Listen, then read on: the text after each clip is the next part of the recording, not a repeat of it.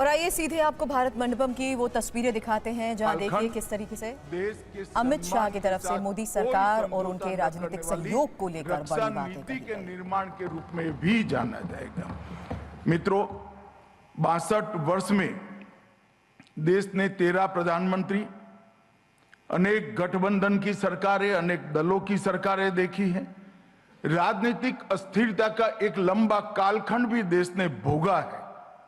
मोदी जी का एक कालखंड स्थिरता, निरंतरता और निर्णायक नेतृत्व का एक स्वर्णिम अध्याय लिखने वाले कालखंड के रूप में आगे जाना जाएगा।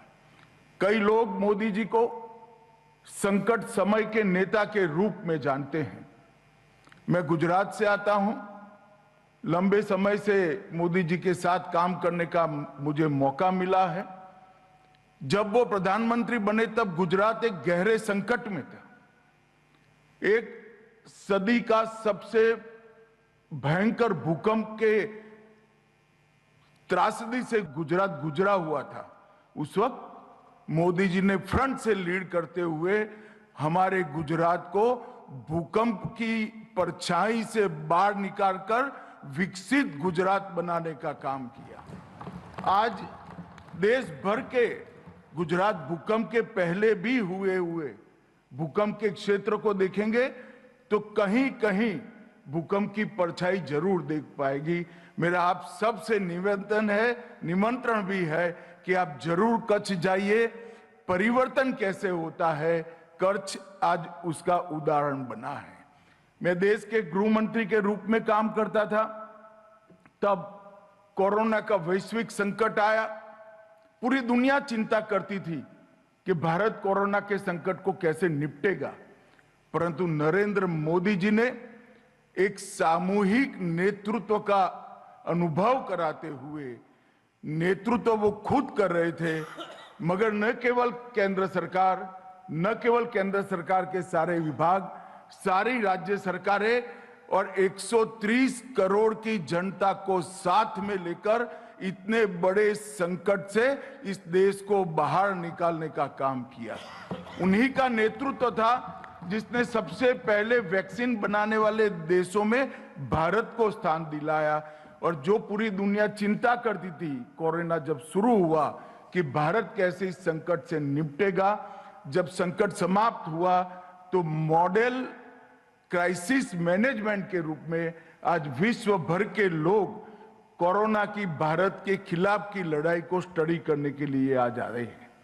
डोकलाम की घटना हो, रशिया यूक्रेन का युद्ध हो या अमेरिका ईरान का तत्कालीन युद्ध हो, विश्व को झंझोड़ देने वाली ये सारी घटनाओं के बीच में स्थिर भाव से मौन रहकर भारत के हितों की चिंता कर कर हमारे हितों को सर्वोपरि रखते हुए दुनिया जब पूरी संकट में होती है तब भारत ने अपने विकास की गति को बढ़ाया है और आपने एक प्रकार से सहमति की राजनीति को भी आगे बढ़ाने का काम किया है।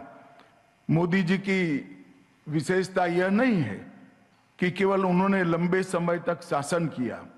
उनकी विशेषता यह है कि इतने लंबे शासन के कालखंड में कई राज्यों के चुनाव एनडीए परिवार के रूप में, भारतीय जनता पार्टी के रूप में और 3 आम चुनाव लगातार जनादेश प्राप्त कर जनता का विश्वास भी जीतने का काम किया है।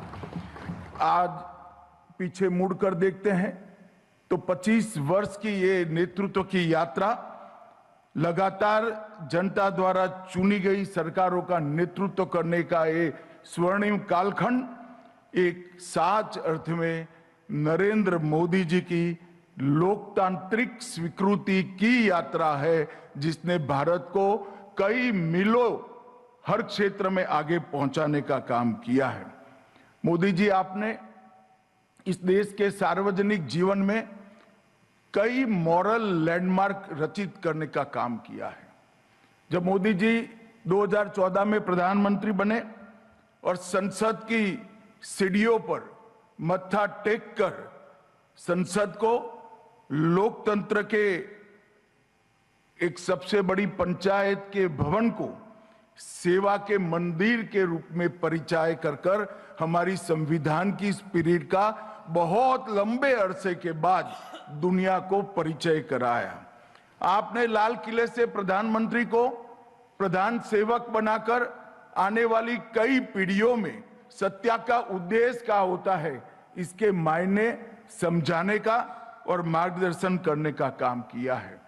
संविधान को एडमिनिस्ट्रेशन का धर्म ग्रंथ कर सरकार चलाने का धर्म ग्रंथ के रूप में परिचय कराकर आपने संविधान का सम्मान बढ़ाया है और आपके शासनकाल में गुरु नानक देव जी के सेवा के संदेश को चरितार्थ करने का भी काम किया है। समर्थ रामदास ने एक कल्पना रखी थी शासन की, उपभोग शून्य स्वामी।